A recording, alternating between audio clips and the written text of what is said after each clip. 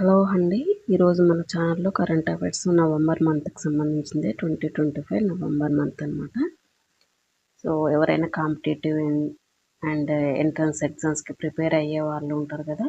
So వాళ్ళ కోసం అయితే మన ఛానల్లో డైలీ కరెంట్ అఫైర్స్ అయితే అప్లోడ్ అవుతూ ఉంటాయండి. కావాలనుకున్న వాళ్ళు మన ఛానల్ని అయితే ఫాలో అవ్వండి, సబ్స్క్రైబ్ చేసుకోండి and me friends and family మెంబర్స్కి షేర్ చేయండి. ఎవరైనా ప్రిపేర్ అయ్యే వాళ్ళు ఉంటారు కదా ఎగ్జామ్స్కి, వాళ్ళకి షేర్ చేయండి, వాళ్ళకు కూడా యూస్ఫుల్గా ఉంటుంది కాబట్టి.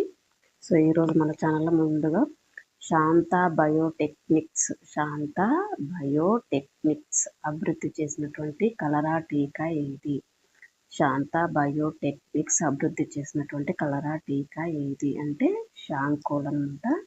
దీనిని నోటి ద్వారా తీసుకుంటారు. నెక్స్ట్ వన్ వచ్చేసి ఆటో ట్యాక్సీ మ్యాక్సీ క్యాబ్ డ్రైవర్లకు రూపాయలు 15,000 చొప్పున ఆర్థిక సాయం చేయడానికి సీఎం చంద్రబాబు గారు ప్రారంభించినటువంటి పథకం ఏది?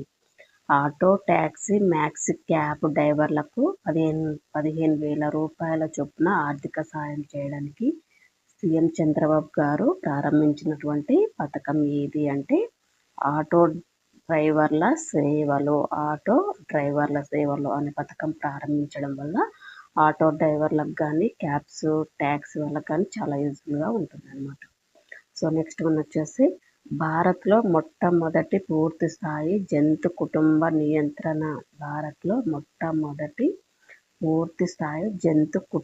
నియంత్రణ శిక్షణ కేంద్రాన్ని ఇటీవల ఏ నగరంలో ప్రారంభించింది అంటే లక్నోలో ప్రారంభించడం జరిగింది.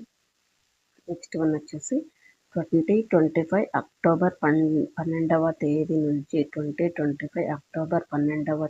నుంచి యూరోపియన్ యూనియన్ బయోమెట్రిక్ ప్రవేశ లేదా నిష్క్రమణ పద్ధతిని అమలు చేయడం ప్రారంభించింది. అయితే దీని ప్రధాన లక్ష్యం ఏంటి? 2025 అక్టోబర్ 12వ తేదీ నుంచి యూరోపియన్ యూనియన్ బయోమెట్రిక్ ప్రవేశ లేదా నిష్క్రమణ పద్ధతిని అయితే అమలు చేయడం ప్రారంభించింది. దీని యొక్క ప్రధాన లక్ష్యం ఏంటి అంటే యూరోపియన్ యూనియన్ పౌరులు కాని వారు ఆ ప్రాంతంలోకి ప్రవేశించడం కానీ బయటకు వెళ్ళడం కానీ మొదలైన అంశాలను డిజిటల్ పద్ధతిలో నమోదు చేయడం. యూరోపియన్ యూనియన్ పౌరులు కానటువంటి వారు ఆ ప్రాంతంలోకి ప్రవేశించడం, బయటకు వెళ్ళిపోవడం మొదలైన అంశాలను డిజిటల్ పద్ధతిలో నమోదు చేయడం దీని యొక్క ప్రధాన లక్ష్యం అన్నమాట. నెక్స్ట్ వన్ వచ్చి లడఖ్ ప్రాంతంలోని చాంగ్దాంగ్ పీఠభూమి మీద నిక్లా పాస్ వద్ద ప్రపంచంలో ఎత్తైన వాహనాలు ప్రయాణించదగ్గ రోడ్డు ఏది? లడఖ్ ప్రాంతంలోని చాంగ్దాంగ్ పీఠభూమి మీద నిక్లా పాస్ వద్ద ప్రపంచంలో ఎత్తైన వాహనాలు ప్రయాణించదగిన రోడ్డు ఏది అంటే ప్రాజెక్టు హిమంక్ అన్నమాట.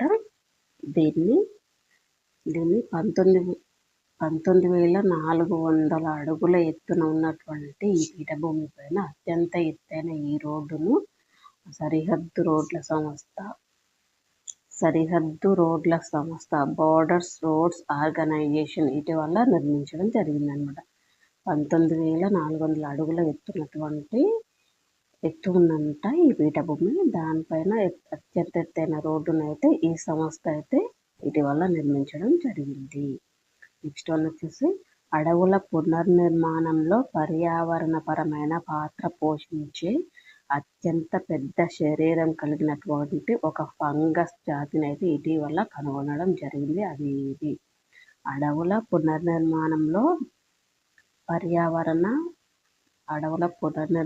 పర్యావరణపరమైనటువంటి పాత్ర పోషించే అతి పెద్ద శరీరం కలిగినటువంటి ఒక ఫంగస్ జాతిని ఇటీవల కనుగొనడం జరిగింది. అది ఏది అంటే బ్రిజియోఫోరస్ కనాడి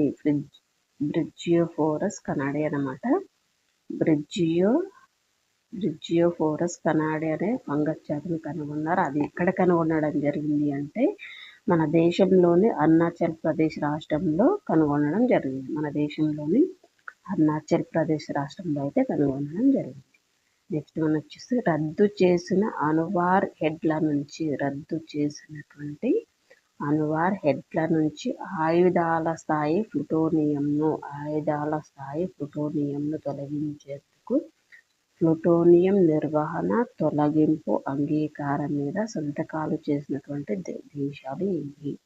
రద్దు చేసినటువంటి అణువార్ హెడ్ల నుంచి ఆయుధాల స్థాయి ప్లూటోనియంను తొలగించేందుకు ప్లూటోనియం నిర్వహణ తొలగింపు అంగీకారం మీద సంతకాలు చేసినటువంటి దేశాలు అంటే అమెరికా, రష్యా. నెక్స్ట్ వన్ వచ్చేసి వాతావరణ జీవనోపాధికి సంబంధించి అరుణాచల్ ప్రదేశ్లోని డాపోరిజో ప్రాంత ప్రజలు సుబాన్సిరి జల విద్యుత్ ప్రాజెక్టుకు వ్యతిరేకంగా అయితే నిరసనలు చేశారు. ఈ నది ఏ ప్రధాన నదికి ఉపనది? వాతావరణ జీవనోపాధికి సంబంధించి అరుణాచల్ ప్రదేశ్లోని డాపోరిజో ప్రాంత ప్రజలైతే సుబాన్సిరి జల విద్యుత్ ప్రాజెక్టుకు వ్యతిరేకంగా నిరసనలు అయితే చేశారు. అయితే ఈ నది ఏ ప్రధాన నదికి ఉపనది అంటే బ్రహ్మపుత్ర నదికి ఉపనది అన్నమాట.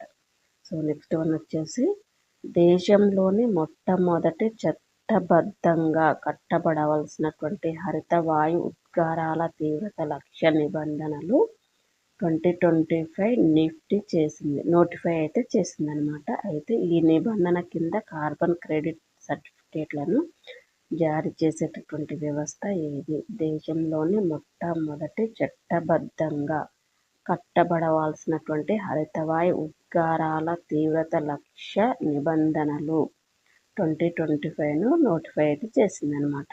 అయితే ఈ నిబంధన కింద కార్బన్ క్రెడిట్ సర్టిఫికేట్లను జారీ చేసేటటువంటి వ్యవస్థ ఏది అంటే ఇంధన సామర్థ్య బ్యూరో. ఇదండి ఈరోజు మన ఛానల్లో కరెంట్ అఫైర్స్. ప్లీజ్ లైక్ చేయండి, షేర్ చేయండి, మన ఛానల్ని అయితే సబ్స్క్రైబ్ చేసుకోండి. మీ ఫ్రెండ్స్లో కానీ ఫ్యామిలీ మెంబర్స్లో కానీ ఎవరైనా ప్రిపేర్ అయ్యేవాళ్ళు ఉంటే ఈ నోట్స్ అనేది వాళ్ళకు కూడా షేర్ చేయండి. సో ప్రతి ఎగ్జామ్లో అయితే కరెంట్ అఫైర్స్ అయితే మస్ట్ అండ్ షుడ్గా ఉంటుందండి. సో అవి ఎన్ని బిట్లు అనేది కాదండి మనకు కావాల్సింది, మనం వచ్చినటువంటి బిట్లలో మనం ఎన్ని బిట్లకు ఆన్సర్ చేయగలిగాము అనేదే మనకి ఇంపార్టెన్స్. సో అందుకనేసి మనం కరెంట్ అఫైర్స్ ఎన్ని ఉన్నా కూడా మనం ప్రిపేర్ అవ్వి వెళ్ళాల్సింది ఎగ్జామ్ సెంటర్లోకి. ఏమి వస్తాయో తెలియదు కదా. సో ఇది అనమాట ఈరోజు మన ఛానల్లో కరెంట్ అఫైర్స్. ప్లీజ్ షేర్ చేయండి, లైక్ చేయండి, ఛానల్ని అయితే మస్ట్గా మర్చిపోకుండా సబ్స్క్రైబ్ చేసుకోండి. పక్కనే ఉన్నటువంటి బెల్ ఐకాన్ కూడా యాక్టివేషన్ చేసుకోండి. ఎప్పుడైతే నేను నోట్స్ అప్లోడ్ చేస్తూ ఉంటానో మీకు నోటిఫికేషన్ అనేది రావడం జరుగుతుంది. సో డైలీ నేను అప్లోడ్ చేసినటువంటి నోట్స్ అయితే కరెంట్ అఫైర్స్ అయితే మీరు మిస్ కాకుండా ఉంటారు. సో ఇది అనమాట ఈరోజు మన channel current affairs. Keep watching. Thank you, all of you.